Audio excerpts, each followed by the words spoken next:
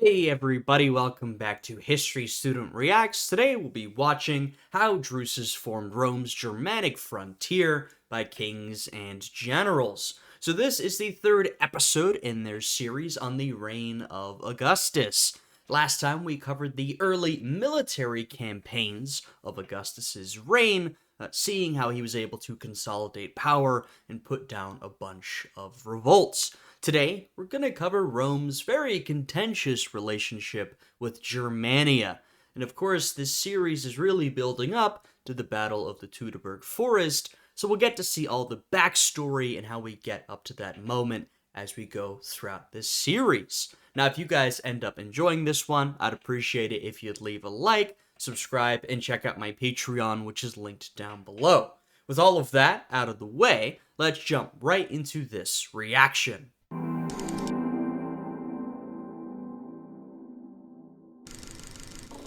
In 16 BCE, a young man named Nero Claudius Drusus stood before the Senate to legislate as praetor on behalf of his elder brother Tiberius, who had left Rome with their stepfather Augustus to deal with a military disaster on the Rhine.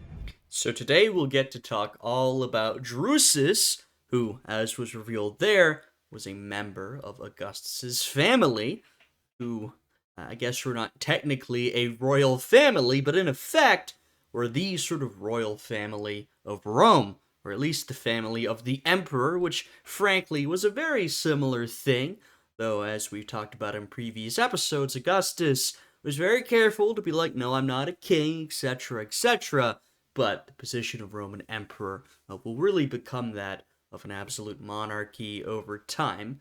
Regardless, anyone who was close to Augustus, especially a member of his family, blood-related or not, was someone who had a lot of authority, or at least had the potential to gain a lot of authority. And Drusus is a good example of that, along with his son Germanicus, who we'll get to talk about later in this series, I'm sure. The mighty river which served as the main frontier between the empire and the wild Germanic tribes beyond. Soon the Rhine would become the home of this young man, as Drusus's rapid and repeated military successes brought him to the height of Roman popularity and Augustus's favor. Yeah. Welcome to our second episode on the Julio-Claudian emperors of Rome, where we will explore the ephemeral career of Nero Claudius Drusus and the beginning of the Germanic Wars. As for your own historic career, how would you like to be the world's... So I'll have their video linked down below so you can go and check it out, give them a like, check out their sponsor, show Kings in General support for making these fantastic videos. Just a note, I find Drusus and Germanicus, talking about them together because they are father and son, these are two who today are somewhat underrated characters, but who during their lifetime were very much not underrated. These were two guys, as we'll see today with Drusus, who were these very successful generals, and that military success earned them a lot of popularity with the people of Rome, and thus earned them political power as well. So these were figures who were very prominent during their time. Perhaps, I don't want to spoil too much, but their life ended a little bit before they could reach their full potential, which might be why they're not remembered as some of these other figures we'll be talking about, but definitely guys who were very influential during their lifetimes, and we'll see that during this series. And more. It's there for a limited time only, so jump into the game as soon as possible. Likely born on the 13th of January 38 BCE, Nero Claudius Drusus was the younger son of Livia Drusilla and Tiberius Claudius Nero, and stepson to Octavian, the heir to Julius Caesar. Yeah. During his youth, a scandal arose that he was actually the son of Octavian, but Livia had already been pregnant when she was introduced to the heir of Caesar. Yeah, Drusus was not the birth son of Augustus, but we can see the relation here. He is the son of Livia. Of course, Livia gets married to Augustus, and then Livia herself plays a very big role in Roman politics, especially sort of the family politics of Augustus. And so you can see how this proximity to Augustus would mean a lot of power. Plus, you know, I think when we think about, for example, royalty, I know these guys aren't royalty, but emperors, things like this, we often think of bloodlines and those type of relations, but in ancient Rome, I mean, yes, that was important, but other types of familial connections were important as well. Marriages, adopting somebody, right? I mean, Julius Caesar, for example, posthumously adopted Augustus here, or Octavian, as he was known. And of course, they have that blood family connection as well. But something just being proximate to someone like Augustus could bring you a lot of authority. So Drusus could not have been his sire. Drusus was born into a turbulent period. While he experienced a much higher quality of life than most children in the ancient world, the reality he faced was to grow up thrust into the violence and political labyrinth of civil war. It was his new stepfather Octavian who ultimately spared him of this fate. Sadly, little is known of Drusus's early life. He was almost certainly educated in Rome, learning Greek and Latin, and was prepared for a political and military career under the auspices of his stepfather. He would enter public life at a young age, a mere 19, as his stepfather, the now Emperor Augustus, had granted all his adopted and biological sons the right to hold offices 5 years before the minimum age at which other Romans were eligible back in 19 BCE. Not bad. I mean, not that rules, especially political rules, were really being followed at this point, but anyway, it's a nice perk to have. And you can imagine how someone like Drusus, if he ends up being a good fit, could be fast-tracked to leadership. I think I've already hinted at this or talked about this earlier in the series, but Augustus was always concerned about succession. What is going to happen when he dies? Who will take over? So he was always looking for people in his family who would be able to succeed him. And once again, he was not always looking for people who were blood related. That was a perk. But someone like Drusus, who's his stepson, in Roman times, he was just as eligible as a lot of other people. I mean, maybe Augustus would have preferred someone who actually was blood related. But once again, Drusus, if he proved himself able, definitely could be a good fit.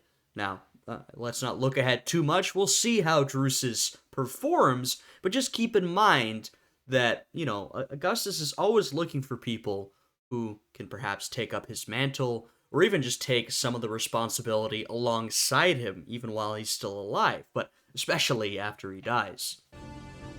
In 17 BCE, a crisis emerged beyond Rome's northern border, born from migratory, climatic, and economic revolutions occurring north of the Rhine and Danube.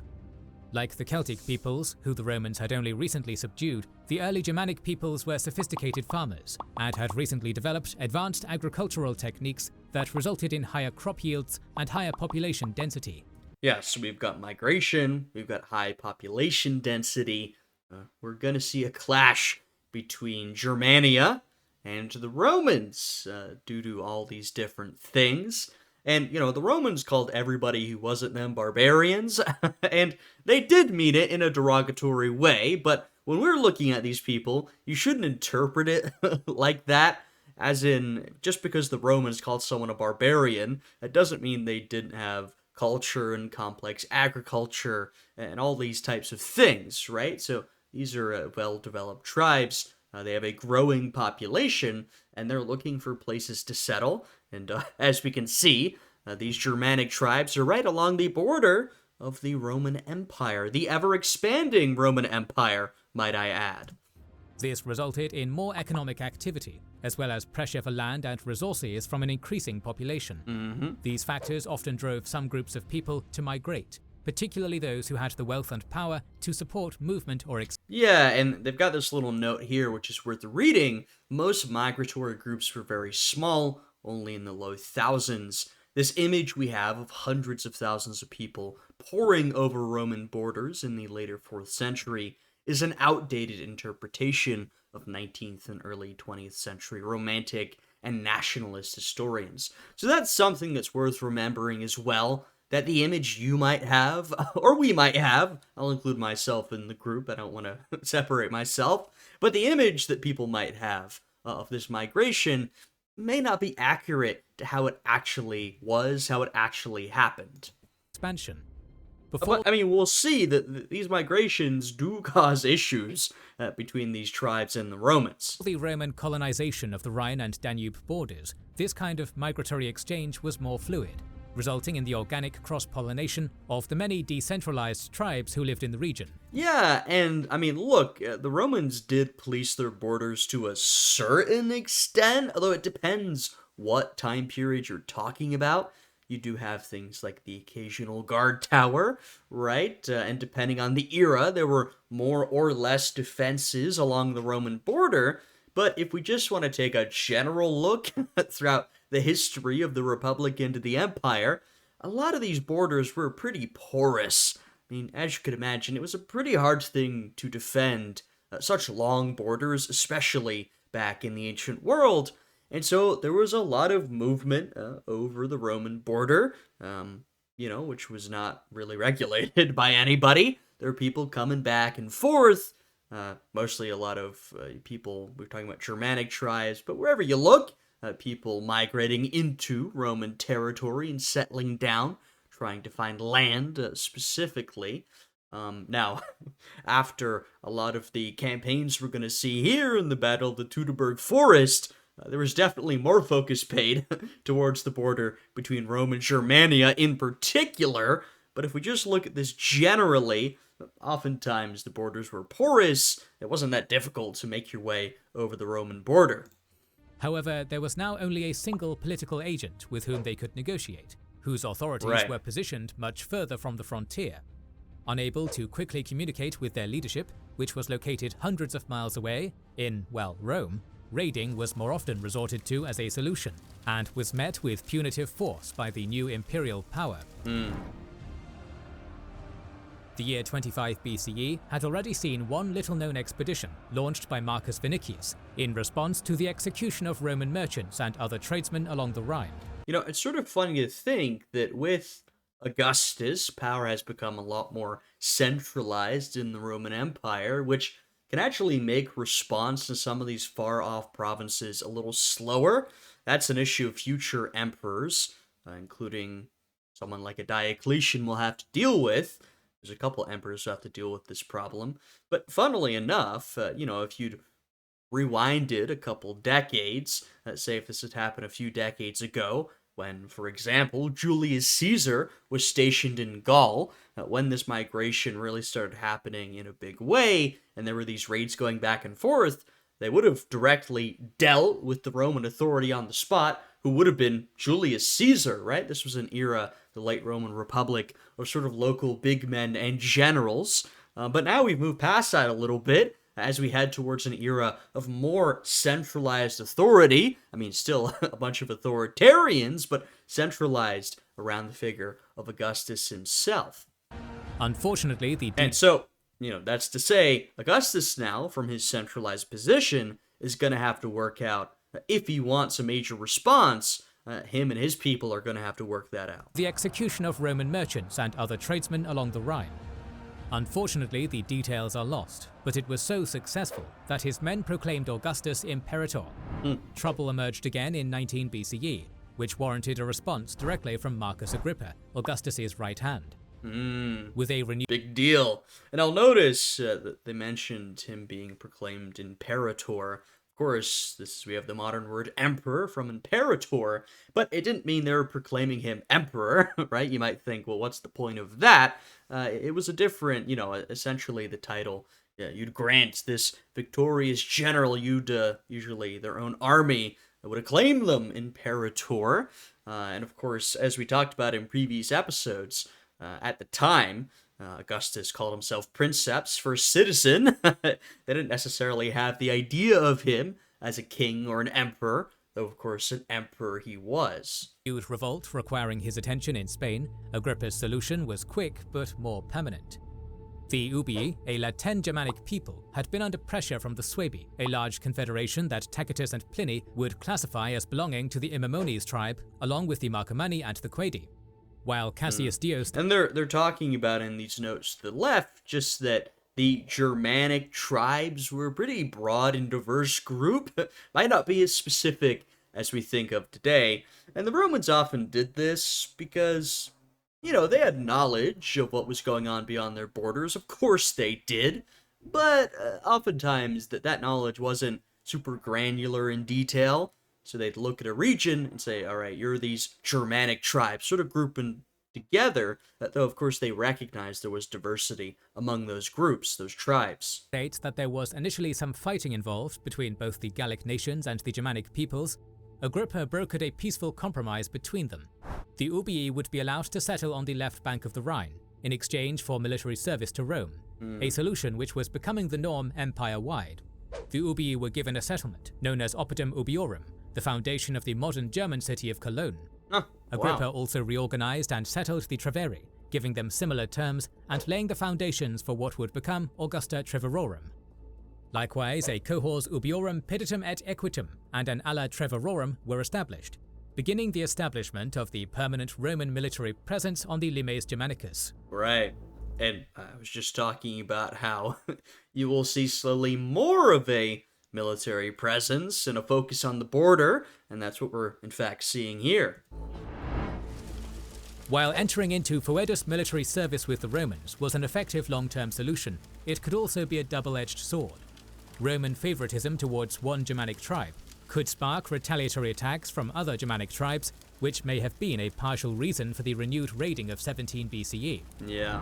3 peoples, the Sicambri, Usipetes, and Tencteri, crossed the Rhine in 17 BCE and raided the region, looking for new territory to settle.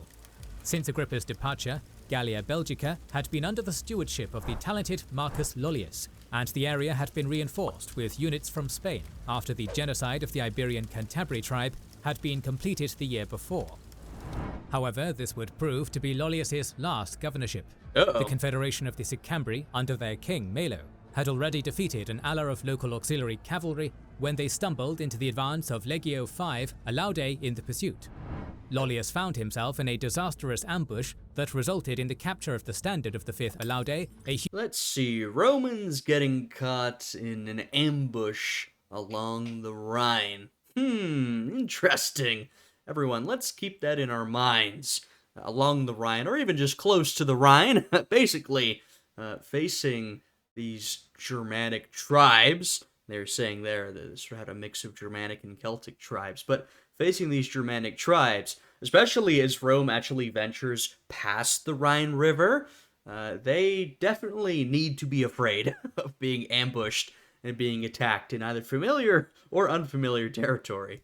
huge humiliation just after Augustus had retrieved the standards lost at Carrhae 3 years before. Right. As Lollius had been hand-picked, this was an inexcusable failure, and Augustus and Tiberius relieved him and took control of the situation at the beginning of 16 BCE. Damn. When Augustus arrived at Monatia, he learned the situation had already been resolved, for the Sicambri had learned of his advance and had retreated back across the Rhine for the winter. Thus, instead of embarking on his punitive expedition, Augustus reorganized the region, expanding Belgica, and installed his stepson Tiberius as governor, while he turned his attention to problems across the rest of the empire. I mean, we can see here Tiberius is playing a significant role, and he will play a significant role in some of these dealings with the Germanic tribes for years to come.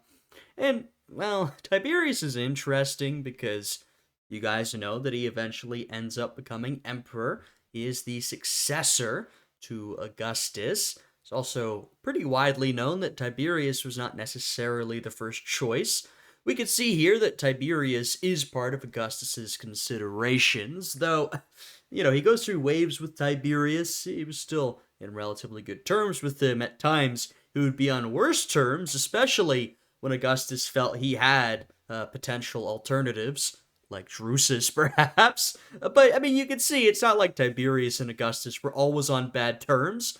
Tiberius definitely had a role to play during Augustus's reign, and he would end up being emperor. But it is also true that what I said earlier, which is that Augustus was constantly looking for potential heirs, successors, and he never truly settled, in part because he wasn't satisfied, and in part because those he did settle on would end up dying, but we'll see more of that. Tiberius quickly shifted the military focus to the nearby Alps, as the Comuni and Venii had been raiding through the passes into Liguria, only to be stopped by Publius Silius Nerva. The Reti, just beyond the passes, were also slaughtering military-aged Roman male colonists in the region, even allegedly killing any pregnant woman whom their augurs had so divined to be carrying a son. And they're saying here that, the sort of brutality perhaps is not necessarily reflective of reality, but more a common trope, which is meant to highlight how brutal things actually were. In 15 BCE, having already entered the political arena during Tiberius's absence the year before, Augustus chose his younger stepson Drusus to lead the campaign across the Alps. All right, Drusus has a chance to prove his quality. Drusus's campaign is recorded in some detail by Cassius Dio.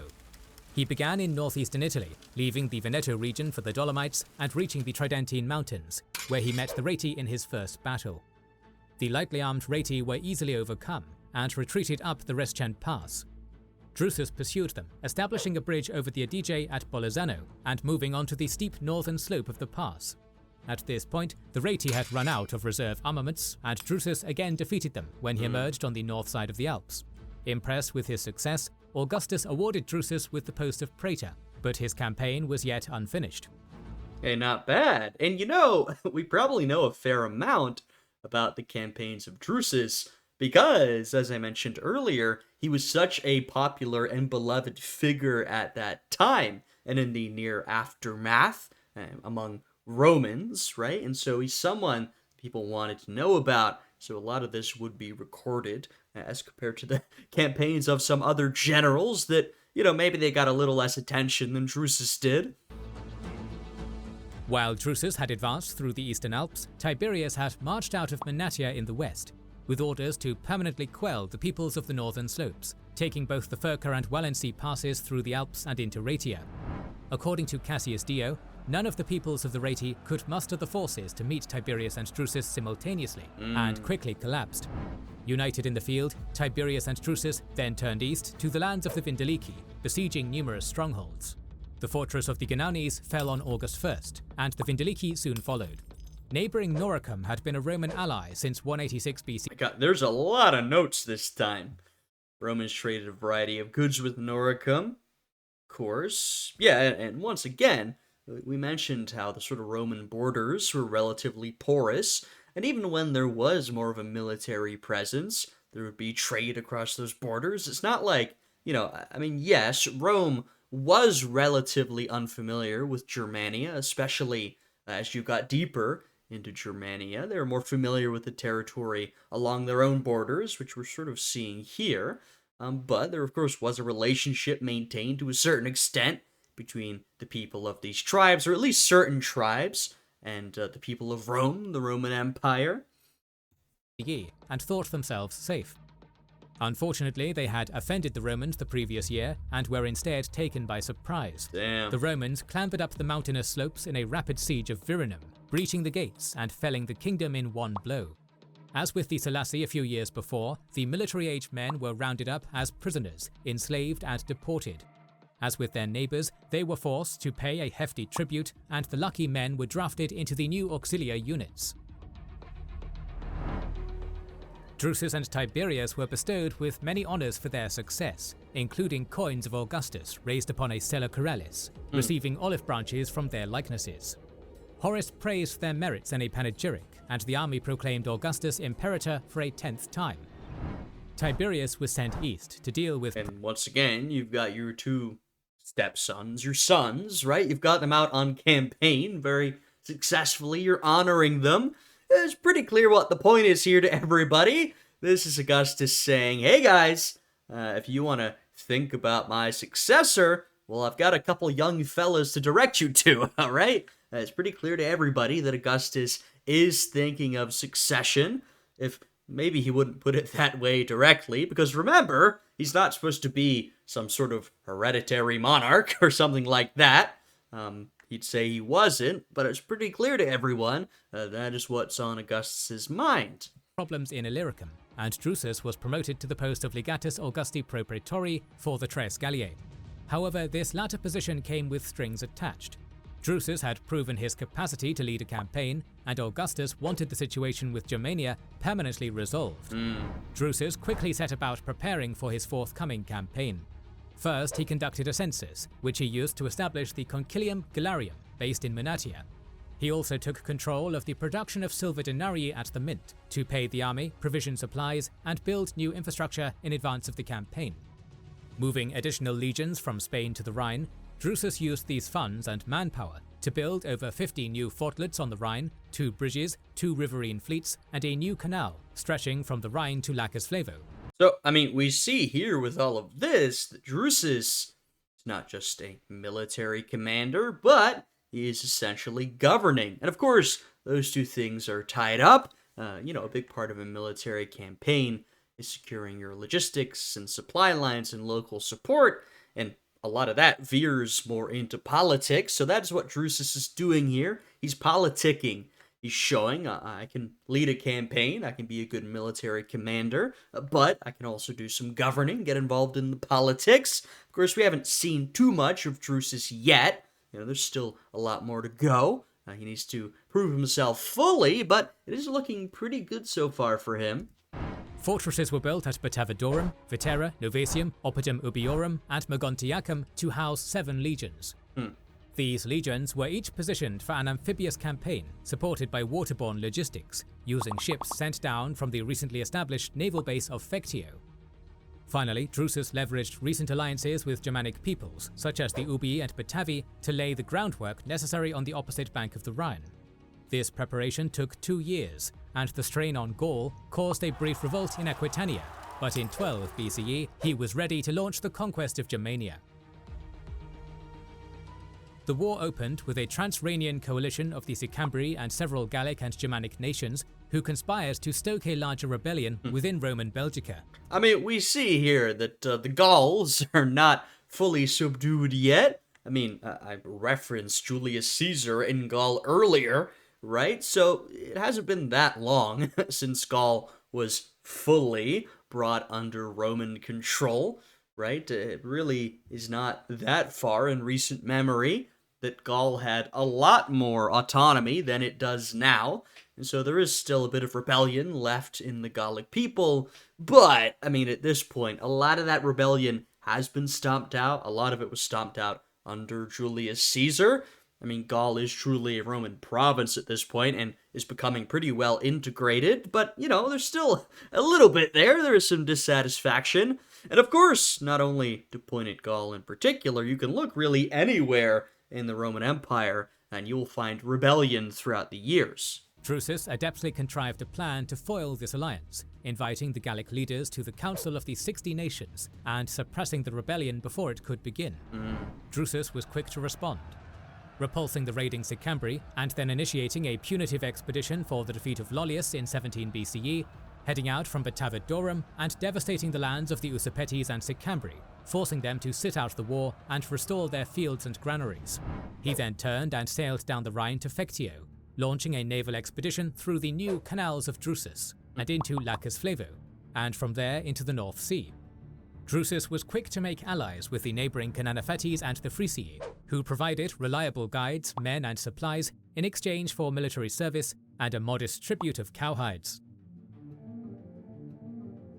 Armed with knowledge of the coasts, Drusus's fleet sailed out of the Lacus Flavo and into the Wadden Sea, laying a brief siege to the island of Bercanis and then entering the mouth of the Ems River. I mean, I will say, this is pretty far afield for the Romans. I mean, I don't know if this is entirely uncharted for them, but this is pretty deep.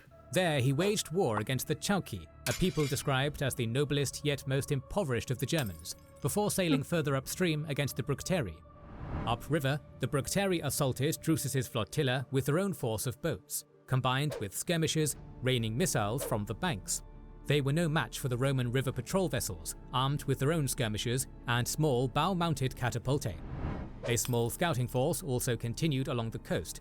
Yeah, I mean, at this point, I'm not going to say that Rome is 100% going to win every battle. In fact, there's one in a couple years that they're going to lose pretty badly, but this is the Roman Empire that we're talking about, and the empire under Augustus. This is an extremely successful and intimidating military force. When the Romans come up against anybody, there's a good chance, not 100%, but a good chance the Romans are going to win, and win pretty resoundingly. Exploring as far as Jutland and possibly beyond. Wow. But the details of the expedition are lost.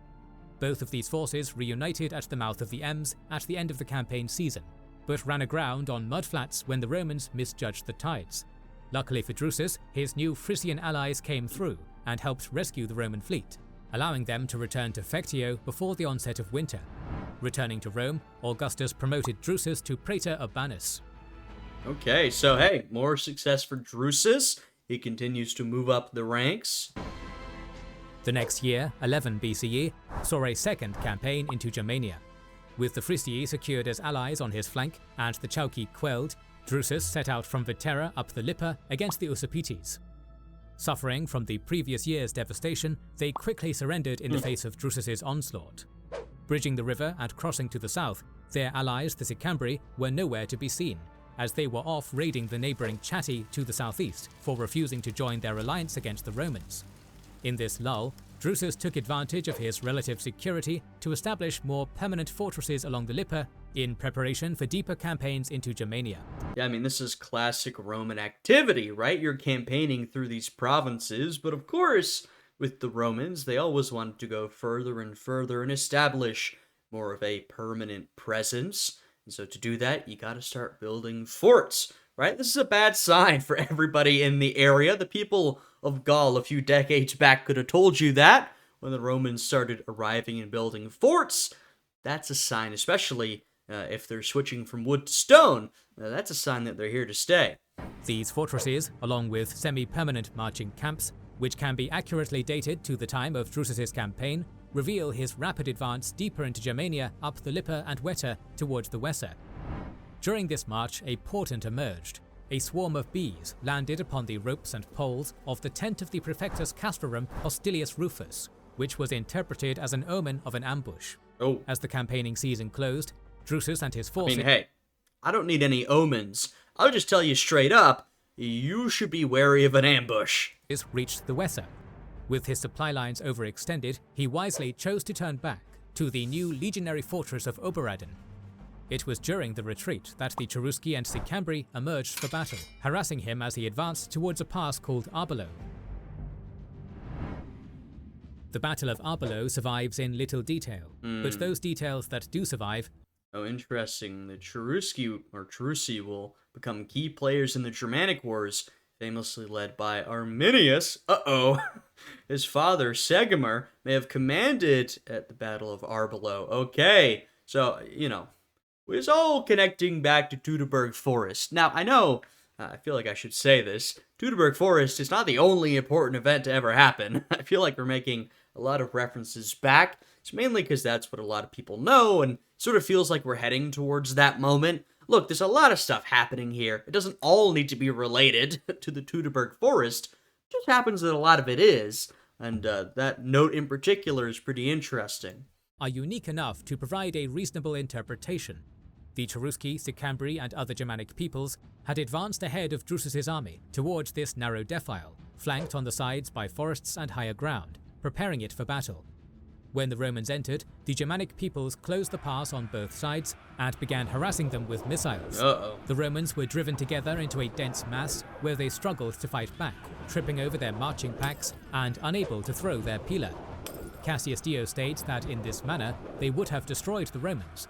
However, the Germanic warriors mistimed their finishing blow. Believing the Romans were ready to collapse, they charged in a disordered fashion, and the Romans were able to break their assault and send them into retreat. The sudden reversal cascaded through the rest of the Germanic army, turning the tide of the battle and bringing a stroke of incredible luck to Augustus's prodigy. Seriously, so I would call that a near catastrophe for the Romans, which was averted, frankly, just by bad planning or bad timing from their enemies. A stroke of luck for Drusus, and as any great leader throughout history will tell you, including Augustus, to be a great leader, right? You need a lot of things, a lot of different leadership qualities, that's for sure. One of those is luck. That's important. There have been many people throughout history who are brilliant, but they don't have luck. Fate is not on their side. So you need a bit of that luck to make it through. Julius Caesar could tell you that as well. he was someone who was brilliant, had a lot of incredible qualities, but he was someone who got lucky from time to time, and that saved his ass, and that's what we saw there with Drusus. Drusus quickly secured his position, establishing a new fortress at Aliso and moving the bulk of his forces to Oberadin to winter in Germania. Drusus returned once again to Rome with the acclamation of Imperator by his troops. Hey, that's another step up, right? Now, once again, remember, as I mentioned earlier, that does not mean they're proclaiming him emperor in the way that we would understand it, but that is a pretty major military honor he's just been given by his own men. Enamored by the success, Although, I mean, in Roman history, and of course this is why we come to connect the term imperator to our modern idea of emperor, in Roman history, there are many, many examples of successful generals who are acclaimed imperator, and then go and take political power, and become emperor, ruler of the Roman Empire. So not that there's no connection, but just that doesn't necessarily have to mean that Drusus, now he is the emperor. He's not. Augustus is. Enamored by the success, Augustus granted Drusus the proconsular imperium, previously held by his recently departed companion Agrippa. He traveled to Monatia with Drusus and Tiberius in 10 BCE, as the campaigning season approached. Rebellion and raiding on the Danube drew Augustus's and Tiberius's attention away, but Drusus proceeded to the Rhine without them. This time, Drusus set out from Mogontiacum, seeking to subdue the Chatti, a very different... And I would say here we see that, both Tiberius and Drusus are in Augustus's mind. He's considering both of them, but with the successes here, Drusus is sort of pulling away a little bit. He's being sent out on very independent command. It's clear, with all these honors he's getting, that Drusus is really becoming a favorite of Augustus. Enemy from the guerrilla fighters he had dealt with before. The Chatti were reputed as being more than formidable warriors, and more organized than most other Germanic hosts, but they were still no match for the Romans. At the end of the campaigning season, Drusus had reached the Werra River, where he erected a fort near modern Hedemunden, and detached a single cohort to guard his new conquest. Returning to his stepfather in Monatia, he traveled to Rome, where he was sworn in as consul at the beginning of 9 BCE. Drusus's final year was just as rapidly paced as the previous. If you didn't know how his story ended, a bit of a spoiler there, his final year. So we know now. We're coming to the end of Drusus, but he's really, his star continues to rise here.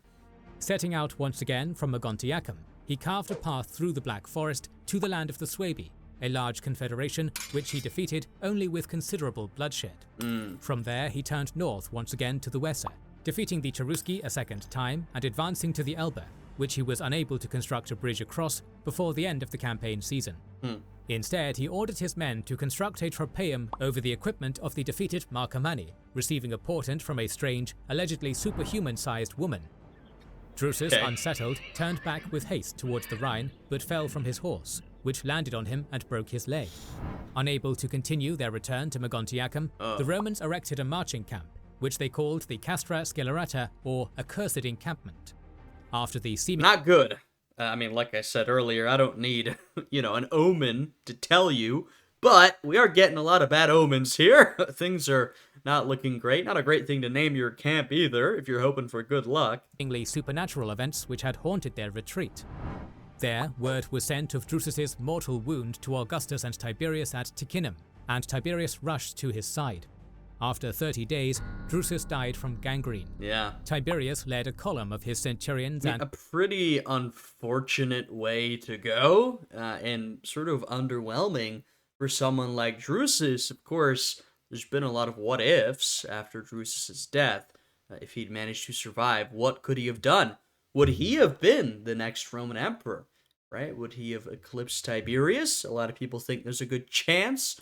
And could he have done a much better job? A lot of people think so as well. It's always hard to say, right? Because we don't know truly what could have happened. Of course, there's also Germanicus, who we'll talk about in the future, who almost later steps in to fill his father's role. So those two are sort of tied up together. And I think Germanicus actually gets more of the attention than Drusus did, but definitely some interesting what-ifs there. military tribunes along the road to Mogontiacum in a show of reverence, where the leading men of each settlement allegedly stepped out to take their turn carrying his body. Wow. Even the Romans' Germanic adversaries halted hostilities to let the procession pass. Drusus was taken back to Rome and laid to rest in an opulent funeral in the Circus Flaminius by his brother and stepfather, who now stood with neither Agrippa nor his succeeding potentiate to act as their right hand. And special thanks again to War Thunder, the most diverse and authentic vehicle combat game out there. Okay, is that the end of this one? No, it's not. Get it for free on PC, PlayStation, a little Xbox, bit more. or mobile, with the PC version having a massive bonus pack with loads of goodies if you're new or haven't played in 6 months, by signing up with our links in the description. Next time, we'll return to Germania, with Tiberius and Ahenobarbus picking up where Drusus left off. If you don't want to miss that, and many other... There wasn't really much left. Alright, well there we have the end of that episode. Last year, I was saying that because next time we'll be talking about the last years of Augustus, okay? So next time we'll cover the remainder of Augustus's reign, and we'll see how everything goes down.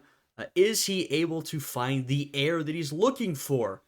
Maybe he thought he'd found it in Drusus. It's maybe a little early to say for Drusus, right? Because, you know, that was pretty early into his career. He still had a long way to go.